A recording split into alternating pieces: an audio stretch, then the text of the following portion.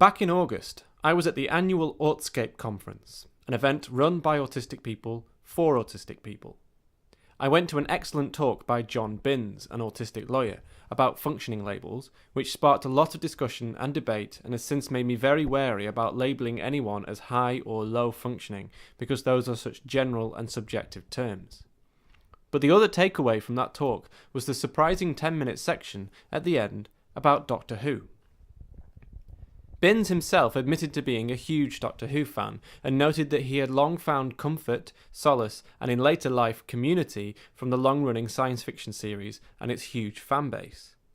For a time, Binns was writer and editor for Doctor Who magazine and continues to be a massive fan of the series to this present day.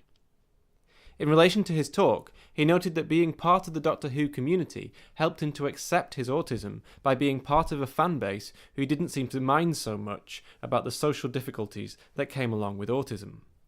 He also found, among Doctor Who fandom, friendships and community with others on the spectrum. He then posed a question. What is it about Doctor Who that autistic people find so attractive?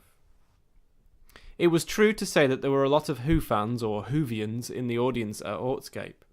There was acknowledgement, of course, that the many long years of Doctor Who across its multiple series have created a vast web of detail that the autistic mind may well be attracted to, especially if it enjoys the multiplicity and complexity of a fantasy universe. But there was more to it, as there always is, than just detail obsession. Binns himself suggested that the Doctor is a character who neuroatypical people may feel a certain connection or kinship with. The Doctor is proudly idiosyncratic. They revel in their vast knowledge of their subject of fascination, the universe, and can be prone to misreading the emotional context of a situation.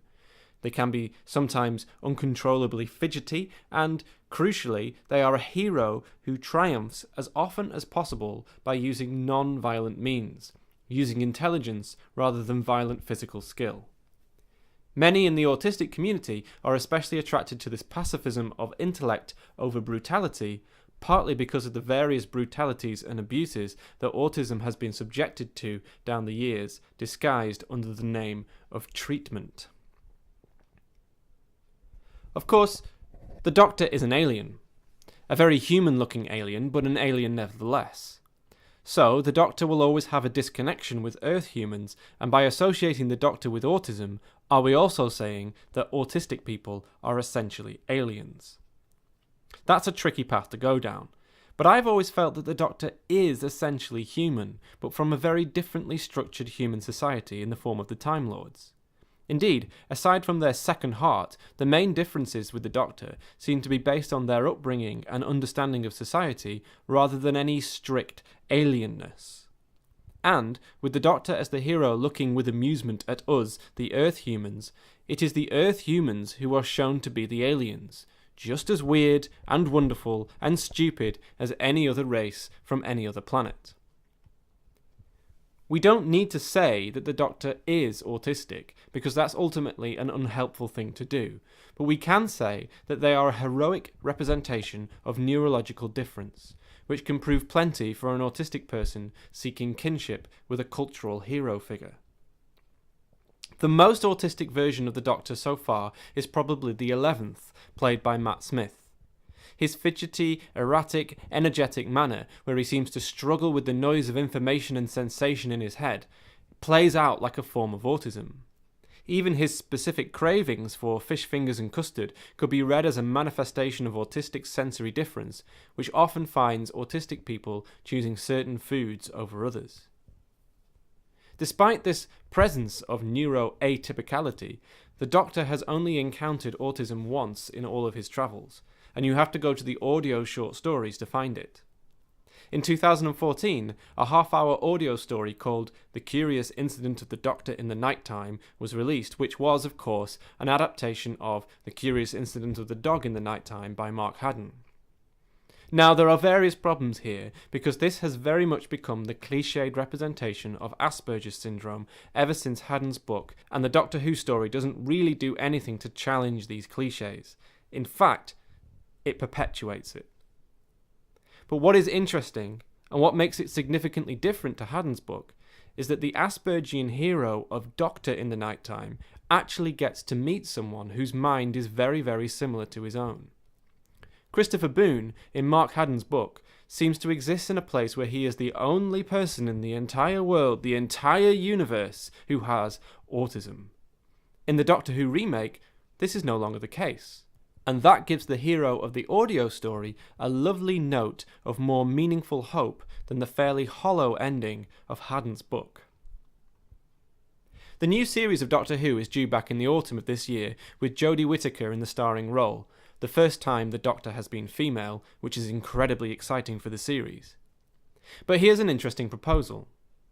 Could it be too much to ask that the Doctor's new assistant be neurologically different too? Imagine this storyline, for example. An autistic person has been documenting all the visitations of the Doctor down the years and has come to understand that they are a time-travelling alien. The autistic person figures out where the Doctor is next going to be, tracks her down, and actually asks to be taken on the adventures. The autist walks into the TARDIS and isn't the least bit surprised that it's bigger on the inside. Subsequently, the Doctor needs to learn a little more about what it means to be an autistic person on Earth, and finds that she has to adjust her travels, even the interior of her TARDIS, to accommodate a person of neurological difference. And then, the autistic companion finds that they have abilities and insights which become super useful for the various adventures ahead. Perhaps that is a little bit too much to ask, but wouldn't it be fascinating? There was one final element of Doctor Who which John Binns noted he finds particularly inspiring. When the Doctor meets a new companion, they always say, "Join me. It will be dangerous, it will be frightening, but come anyway, because it will also be fabulous." In that moment, when the Doctor holds out their hand to take us away on dangerous adventures, they are saying, "Go for it." They are not saying, "No."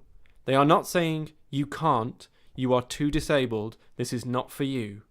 They are saying, "Live, be free, and have adventures."